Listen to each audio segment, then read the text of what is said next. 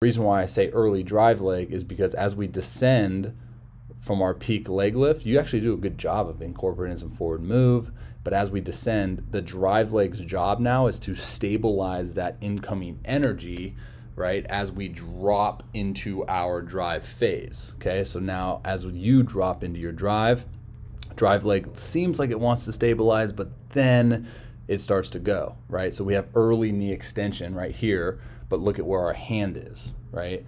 So what this is, just to kind of break that down, is since we're not able to stabilize all 100% energy coming down, then we're not able to produce a ton of ground force to then get back up through the kinetic chain, right?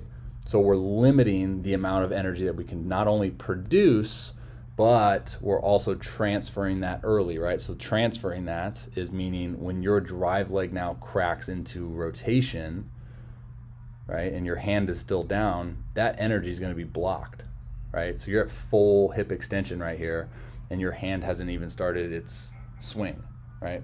Hand raise, arm swing.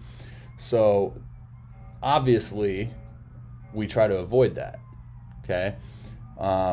There's kind of a couple different components that I would be like, hey, we need to optimize. And it's like, hey, do we get better at your ability to stabilize that drive leg, right? Drive leg mechanics. In my opinion, obviously it would help, but I think it's so focused on your hand just being extremely tardy that we need to really hammer that home first, right? So, okay, so now, again, as you see that hip extension, the hand is down, and now it's going to start its ascend, right, to hand raise, and then your trunk's going to fly. Okay, so now the trunk is going, hey, we need to start to rotate, man, let's go. And then your hand's like, wait, man, we're still like chilling back here.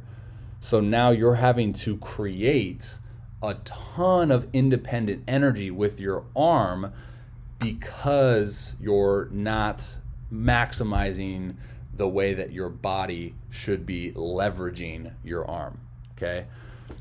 So that's like the biggest thing. Now this is obviously leading into a couple other breakdowns, which I see, being one, the early launch chest behind the lead knee, the active trail leg hip flexion. You do a good job of stabilizing though, that lead leg block. So we're seeing two different things, but again, I think there's byproducts, right?